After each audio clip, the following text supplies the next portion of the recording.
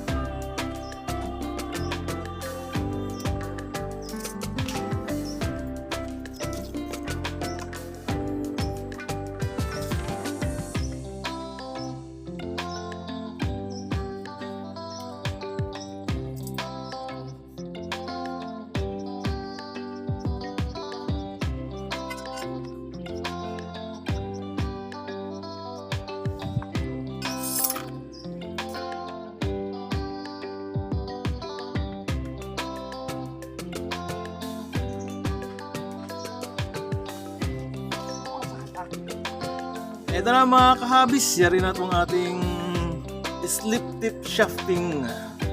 Ayan. Yung kanyang shafting. Lagay nyo lang yung tamsi rito sa may butas dito sa may shark fin. Ayan. Tapos sa nilagay natin tali. Tapos rito. Ayan. So ayan, hanggang dito lang ulit ako. Maraming salamat sa panood. Thanks and bye-bye!